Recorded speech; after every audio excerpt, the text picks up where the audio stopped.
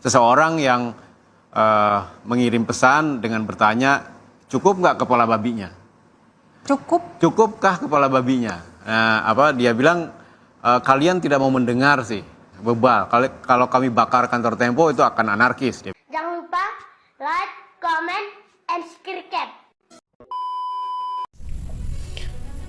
Beberapa waktu lalu sempat viral beredarnya berita di mana kantor Tempo tiba-tiba saja dikirimi sebuah kepala babi, dan kemudian justru hal tersebut dikomentari oleh Kepala Komunika Kepresidenan dengan jawaban cukup nyeleneh ya, di mana dia mengatakan ya cukup dimasak aja.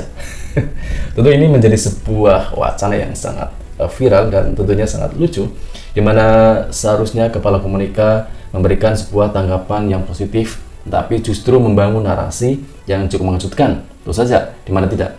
Kita sebagai seorang warga Muslim tentu saja tidak seharusnya mengatakan, apalagi sebagai makom Kepala Komunika Kepresidenan, mengomentari hal-hal yang tidak-tidak. Dan tidak di situ saja. Ternyata ada sebuah kiriman kedua, di mana kiriman tersebut adalah tikus tanpa badan. Dan apa sih motivasi dari kiriman tersebut? Apakah ini sebuah teror tentang kebebasan pers, tentang tentu saja di mana pers sebenarnya kan mengatakan tentang fakta ya, bukan hoax dan tanpa bukti dan data. Apakah ini mungkin sebuah teror? Berikut video tentang motivasi, yang mungkin kronologi lebih tepatnya ya. Indonesia ada 73 kasus kekerasan terhadap pers di tahun 2024. Terakhir, kantor Media Tempo dikirimi bangkai hewan diduga sebagai bentuk teror. Lalu bagaimana seharusnya langkah pemerintah? Bersama saya Anisha Dasuki, inilah interupsi teror ke media, demokrasi terancam. Sudah ada 4 narasumber bersama kami yang akan membahas terkait ketika pilar keempat demokrasi justru diteror, mendapat ancaman. Laporan ke polisi, dan boleh diceritakan kronologisnya sebenarnya seperti apa? Ya, kami sudah melaporkan teror kepala babi ini ke polisi pada tanggal 21 Maret, jadi 2 hari setelah paket itu diterima. Jadi kronologinya adalah tanggal 19 Maret sore jam 4 itu paket kami terima, satpam yang menerimanya, dikirim oleh kurir ojek aplikasi. Kemudian kotak itu ada di pos satpam karena penerimanya Francisca Christine Rosana itu tidak ada di kantor hari itu. Dan kelihatannya memang si kotak ini tidak ada alamat pengirimannya karena itu kosong, hanya dibalut dengan selotip yang keras gitu. Nah, si kurirnya baru menuliskan nama Francisca itu di pos satpam, bahkan spidolnya minjem dari satpam tuh di situ. Dia nuliskan Francisca Christine Rosana dalam kurung Cica. Nah, tetapi karena Cica tidak ada di kantor, ini kemungkinan mengapa dia stay di pos satpam itu selama 10 menit.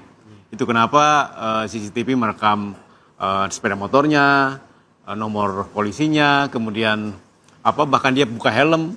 Kita lihat dia 2 kali menelepon seseorang entah siapa, lalu dia pergi setelah 10 menit itu. Ini kan tidak biasa untuk seorang kurir. Biasanya kurir kan taruh barang karena dia banyak urusannya, dia segera setelah tanda tangan serah terima dia pergi lagi. Ini stay 10 menit. Nah, Cica lagi di liputan, baru besoknya dia ke kantor jam 3 setelah meliput revisi Undang-Undang TNI di DPR. Dia ke kantor lalu satpam ngasih tahu ada paket untuk Cica. Cica lalu paket itu diantarkan ke satpam dan diambil oleh Cica, naik ke atas ke lantai 4 karena kantor redaksi di Tempo. Lalu dibuka oleh teman-teman di ruangan newsroom itu. Begitu dibuka kelihatan ada baunya sangat menyengat. Husein yang membukanya, dia sampai kesulitan mengguntingnya karena itu selotipnya keras sekali. Nah, begitu dibuka dia lihat itu kelihatan daging, dia panggil office boy untuk tolong dibukain. Tapi karena begitu dibuka makin keras baunya, dibawa ke luar. Begitu di luar dibuka ternyata memang kepala babi tanpa telinga. Jadi telinganya sudah dikerat. Kepala babi, matanya merem tapi telinganya sudah tidak ada. Nah, dari situ hebohlah berita dan media sosial. Kami telat memberitakannya karena ternyata ada web kami itu sempat turun. Ini anomali lagi biasanya kan peak season sore ya. Tapi tiba-tiba ngedrop. Jam berapa, Mas? Jam 5-an ya. Sore. Sekitar jam 5. Ketika berita mau naik, karena itu agak telat dibanding dengan media sosial. Media sosial udah majang fotonya kepala babi, orang semua bertanya, benarkah ada kiriman kepala babi ke Tempo dan seterusnya. Beritanya baru tayang kemudian, beberapa menit kemudian. Sehingga dari situ heboh.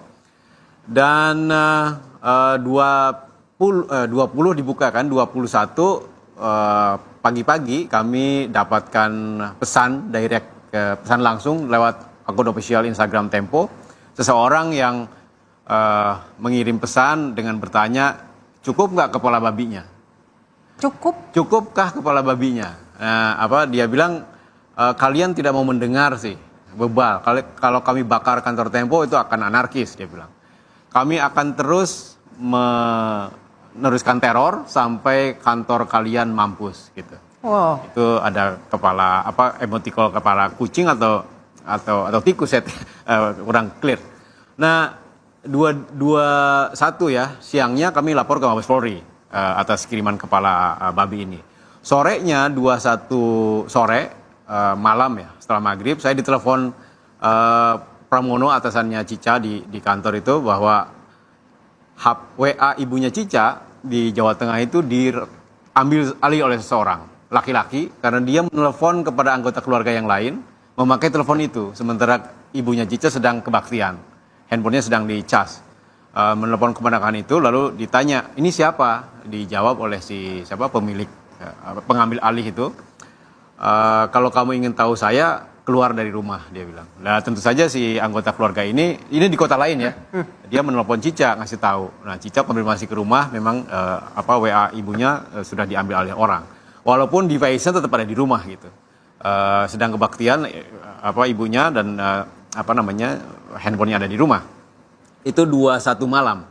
22 pagi, jam 2 pagi, ternyata ada dua orang yang juga memakai ojek aplikasi, itu melempar sekardus berisi 6 ekor tikus yang dipotong kepalanya. Itu kelihatannya tikus got karena begitu dibuka itu masih basah tikusnya. Diketahui oleh petugas kebersihan jam 8 pagi. Nah, karena dia pikir petugas kebersihan ini di kantor Tempo sedang ada pembagian parcel gitu.